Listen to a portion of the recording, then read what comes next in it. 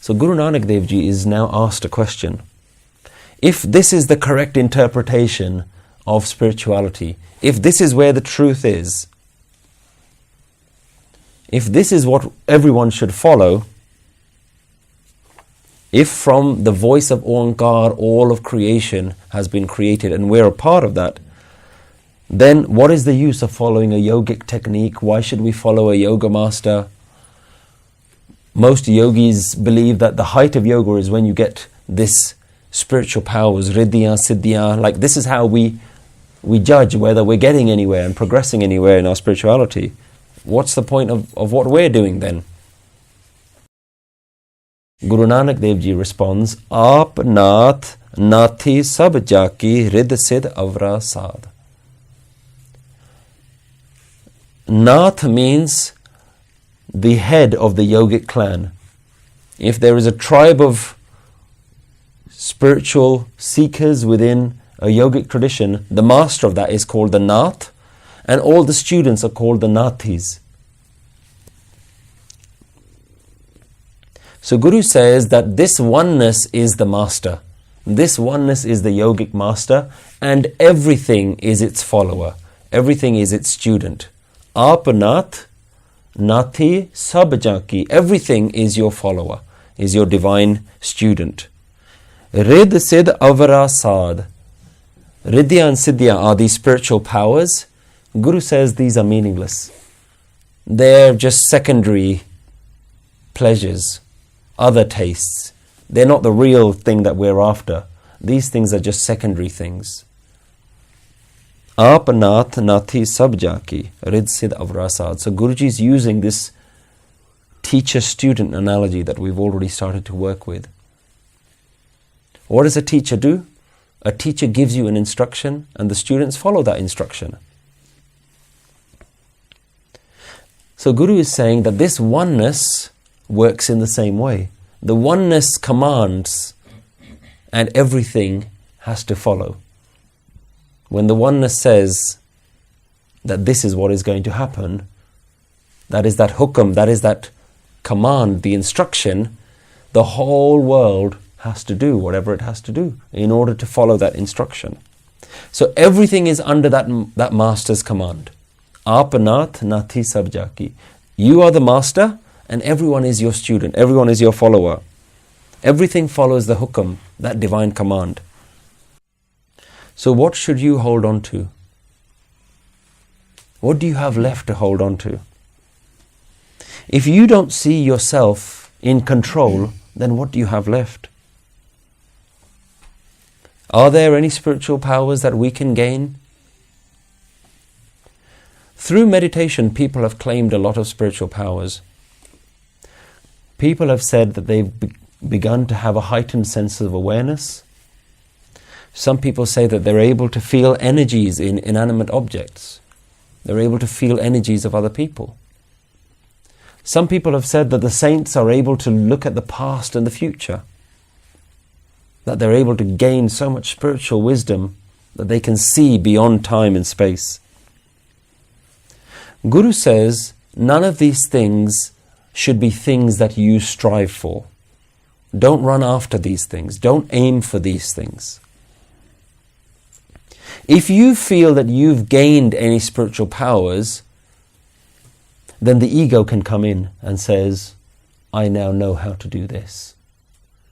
And as soon as the ego comes in, you've lost it. You've lost everything. You start again. So holding on to your spiritual progression is holding on to a part of your ego. And this is what we like to do. We like to have something to hold on to. There has to be a little tiny bit of me that says, yeah, but I'm still here. I'm still okay. I'm still allowed to exist. Guru says that all benefits should be given to the oneness. If there's any spiritual powers or any gains that you've gained from your meditation, the gains belong to the one, not to you. Because if they belong to you, the I is still there. All the benefits come from the one, and all the benefits belong to the one. Nothing is mine. Nothing is yours. So anything that you get, these are Avra. Avra means something else, other. Avra sad. Sad means swad. So remember Guruji talked about consuming the food? Guru says consume the food, that's the real swad, everything else is avra sad. Secondary pleasures, not comparable to the primary pleasure, the maharasamita, that supreme, tasty, divine essence. Everything else is secondary, incomparable to that primary wisdom.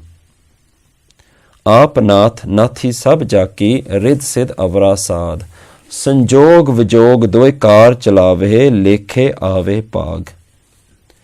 Sanjog means union, Vijog means separation. Sanjog, Vijog, doe kar chalave. Both of these control everything, lekhe ave pag, and by destiny we receive our dues. So as well as having someone to cook for them, the yogis also had somebody else who would go to the shops and buy everything for them. Remember, the yogis didn't want to do anything to do with worldly matters. So one person was just constantly cooking, and then another person would go and buy their rations and do everything for them. So they had two caretakers.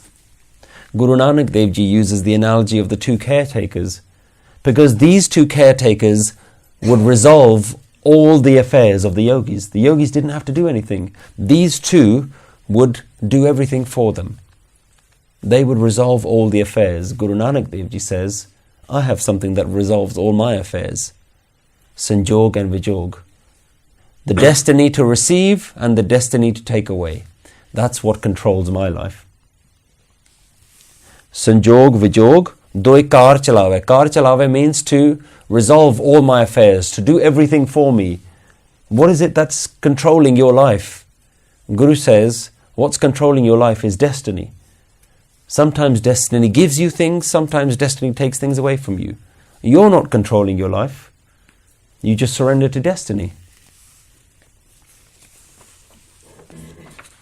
So Sanjog is the destiny to receive. Vijog is the destiny to have things taken away. We can call it the destiny of separation or departure. So only this divine has the power to control your life. It has the power to provide you with anything and to take everything away from you. Hukam is what controls what I receive, and hukam is what controls what is taken away from me. This is the ultimate test of the student. Can you live completely accepting everything that is given to you and be impartial to everything that is given and everything that is taken away from you? Can you accept that? So the way to do this is not to celebrate everything that you receive in life and not to cry over everything that's taken away from your life. And this is not how we live. We see happiness as receiving things and sadness as having things taken away from us. This is how we understand life, because we understand the center of our universe to be I, me. So if something gets added to me, that's good, and if something gets taken away from me, that's bad. When the very center of your thinking isn't I anymore, when the very center of your thinking is you, the universe is control, the universe is in charge, then what the universe does with the universe is completely irrelevant, because there's no I to receive and there's no I to have things taken away from. This is the ultimate test of the student. That's why Aap Nath Nathi Sab Jaki. You are the master and we are your students. We are your followers. We are willing to be tested by you in this way. So how do we live like this? There's a way to look at life using the analogy that Guruji has already started, which is around music and melody and naad. See your life as an empty instrument, like a flute being played by the universe. See your body, your mind, and everything about you as simply an empty instrument that the universe can play and do whatever it wants. Your life is a melody. On your own, your melody is perfect, is beautiful. You don't need anything in your life. The universe can play a perfectly beautiful piece of music through you as an instrument. If the time is right, and the universe feels that this instrument could do with another instrument, then another instrument enters your life, another person enters your life. And together you make a new melody, together you make a new sound. And when the time is right, the two instruments will separate again. And again, you know how to be perfectly fine as an instrument on your own. Your sound, your song, your voice is not dependent on other instruments. All musical instruments can be beautiful in their own right. So be like a flute, ready to be played at any time. And be content with being a solo instrument. Whatever gets added to that melody is fine. Whatever gets taken away from that melody is fine. But on your own, that naad, that vibration, that music, that song continues. So see life as something where nothing ever is gained and nothing is ever lost. It's simply just adding to the melody or taking away from the melody. But the song always continues. Don't see life as something that is for you to gain as much as possible, hold on to as much as possible, and to lose as little as possible. That's how we treat life. So what are we talking about here? We've used the brick analogy before. Remember the analogy of you creating your self-identity like a mansion? Now we're talking about the entire street that you live on. Your mansion is surrounded by all the mansions of all the other family members and close friends all around you. You've created a nice little village for yourself. And each person has their own brick mansion. Each person in that village, each house in that village has their own self-identity and their ego bricks that they've added and built their entire mansion with. And each person on the street believes that their house is the center of the street. Everyone sees the world from their perspective. Everyone thinks they're the center of the universe. When we look at our families, we say, this is my husband, this is my wife, this is my mother, my father, my children. We see ourselves and the whole universe in relation to us. And every single person in that family, every single one of your friends is doing the same thing.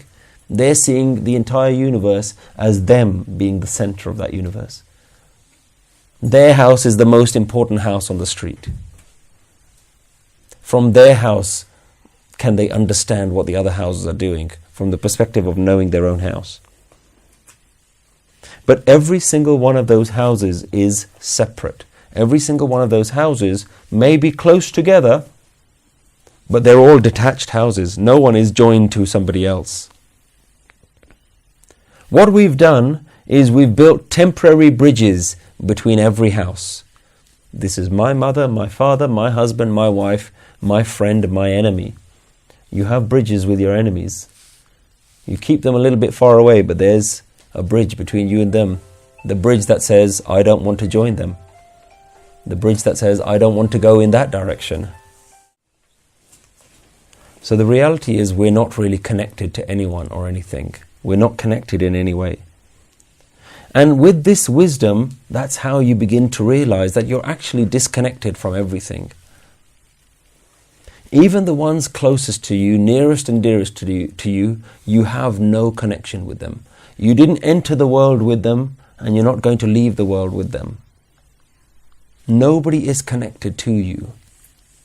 Now you might think this actually leads to a very lonely existence. This is a very solitary way of living. Like you're lacking any sort of real intimacy in life. any deep, personal, meaningful relationships. How do you build relationships when you don't build that connection? But the opposite is actually true. When you know that everything is impermanent, when you know that nothing will last, when you know at any moment the connection between you and something else, that temporary bridge can be broken, then every moment counts. Every moment you have with that other person is something that is deeply meaningful, something that you cherish. This isn't a morbid or a lonely way of living. This is a very fulfilling way of living. You live, you laugh, you cry, you scream, you shout, all in the present moment. So constantly remembering this impermanent nature of the universe, constantly being detached from everything, you can be surrounded by all the people that you know and love and still be alone. Still be in your own solitude. Still be aware of the one. So being alone, being detached, isn't the same as being lonely. We're not talking about loneliness. In fact, when you're in a crowd full of people, you will realize that your connection with them isn't real. That no matter how much fun you have with someone else, where they are and where you are can never merge. The experience of them and you can never become one. In fact, you are more lonely when you're in a crowd full of people, thinking that all these people are going to be somehow able to fulfill a void within me. That's loneliness. Being a follower of the Guru's wisdom, you actually know that there is something that I'm connected to. There is a real connection within me. And that's the connection that never leaves you. The connection between you and the one. That presence, that feeling of being present and with that oneness that's within you. So people can come and go all the time. Within your life, lots of changes are going to happen. But that oneness is never going to leave you. This is the path of enlightenment. This is the path of the Gursik. And Guru ends by saying, Ades dise Ades. To this I bow. I bow, to this I bow. At this point, what else can Guru do? You can only surrender. You can only bow down in utter humility at the glorious greatness of this oneness, at the greatness of this wisdom. You can be in reverence, in awe of this master that you can see. This master who is Ad, Anil, Anad, Anahat, the first, the pure, beyond beginning and unending, Jug Jug Eko Ves, only one form throughout the ages. So I think we'll leave it for there. Waheguru Ji Ka Khalsa, Waheguru Ji Ki Fateh.